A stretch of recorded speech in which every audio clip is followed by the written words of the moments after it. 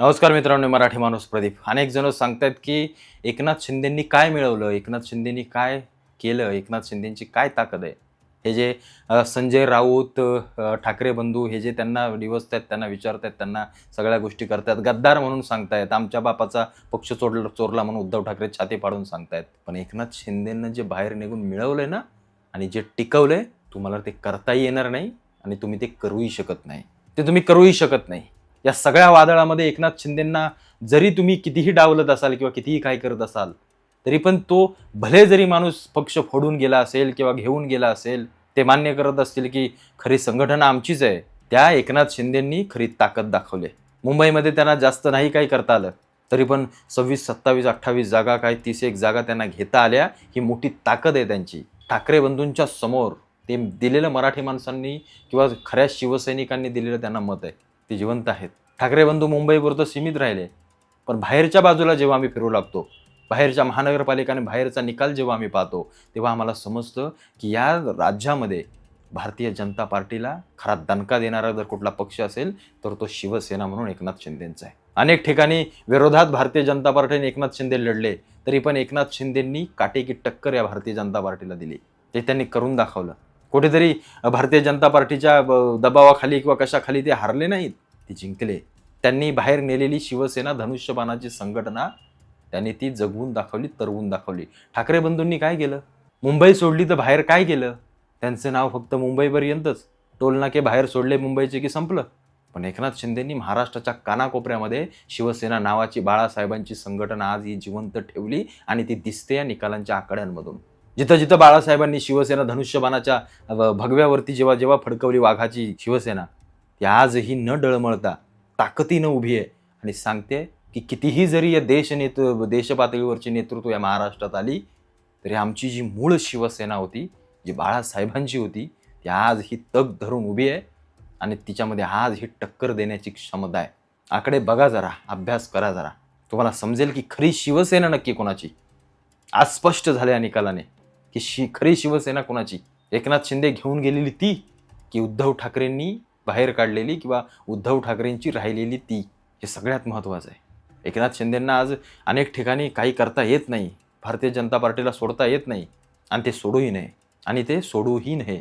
कारण बाळासाहेबांचं एकच विचार होता, महायुती कधी सोडायची नाही. सत्ता येवो जाओ काही हो, नगरसेवक येवो जाओ, आमदार येवो जाओ, खासदार मिळो न मिळो, पण हिंदुत्वाच्या विचारांपासून तर सुपर देखील बाजूला हटायचं नाही. हा विचार एकनाथ शिंदे आज पाळताय, त्याचा अभिमान वाटतो थोडासा मला. आज अभिमान वाटतो थोडासा ह्या जागांचे निकाल पाहून. आणि सगळ्या खऱ्या शिवसैनिकांनी पुन्हा दाखवून दिलं, जे बाळासाहेबांचे होते, उद्धव ठाकरेंचे नाही. उद्धव ठाकरेंना मुंबईमध्ये झालेलं मतदान याचे फार फॅक्टर आहेत, तुम्हाला सांगतो मी. उद्धव ठाकरेंना सगळं डाव्या विचारसरणीचं थोडंसं मराठी म्हणून स्वतःला असं गर्व वाटणारे आपली मराठी लोक, त्यांचं, मुसलमान लोकांचं, या सगळ्यांचं मिळून झालेलं ते मतदान आहे. त्याच्यामुळे लक्षात ठेवा ना की कसं ते मतदान झालेलं आहे. संपूर्ण मराठी माणसाचं मतदान हे ठाकरे बंधूंना झालेलं नाही. कारण तसं असतं तर एकनाथ शिंदेंच्या अनेक जागा पडल्या असत्या, भारतीय जनता पार्टीच्या देखील अनेक जागा गेल्या असत्या. पण तसं झालेलं नाही आहे. भारतीय जनता पार्टी, एकनाथ शिंदेंनी ज्या हिंदुत्ववादी संघटना होत्या त्या सगळ्या जोडून ठेवल्या. मी तुम्हाला कालही माझ्या याच्यामध्ये म्हटलं, आणि तसंच झालं आणि तसंच होणार होतं. पण या सगळ्या गोष्टींमध्ये एकनाथ शिंदेंना नजरअंदाज करून चालणार नाही. त्यांनी जी ताकद दाखवली, त्यांनी जी ताकद ठेवली, आणि कुठेतरी भारतीय जनता पार्टीला आता असं वाटलं होतं की एकनाथ शिंदेला ठेचून काढायचं, पण तसं झालं नाही. उलट भारतीय जनता पार्टीला ज्या प्रकारचा एक असं वाटत होतं की शिंदेंना पूर्णपणे डाऊन करायचं, संपून टाकायचं, तो त्यांचा जो काही पोकळ आत्मविश्वास होता तो कुठेतरी थंड झाला, तो कुठेतरी शांत झाला. आणि त्यांना हे देखील समजलं की एकनाथ शिंदेची ताकद आहे, ती संपणार नाही, ती संपू शकत नाही. पण महाराष्ट्रानं दिलेलं हे जे काही मत आहे, हे जे काही जो काही कौल आहे, तो एकच दर्शवतोय की खरी शिवसेना कोणाची. साधं उदाहरण घ्या ना, साधं उदाहरण घ्या. तुम्ही एक गोष्ट लक्षात ठेवा, जर खरी शिवसेना एकनाथ शिंदेंची नसती तर ठाकरे बंधू मुंबईच्या बाहेरही निवडून आले असते, बाहेरही अनेक जागा आल्या असतात त्यांच्या.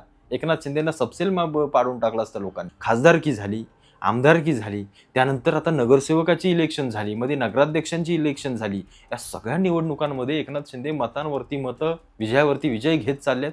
बरं, आता अनेक जण म्हणतील की भारतीय जनता पार्टी सोबत असल्यामुळे ते होते. मुंबई महानगरपालिका सोडली, काही मोजक्या युत्या सोडल्या, तर अनेक ठिकाणी भारतीय जनता पार्टी आणि एकनाथ शिंदे अजून विरोधात लढतायत. म्हणजे जिथं असं वाटत होतं की आता एकनाथ शिंदे टिकणारच नाहीयेत, तिथं पण त्यांनी काही का होईना पण स्वतःचा एक आब राखलाय.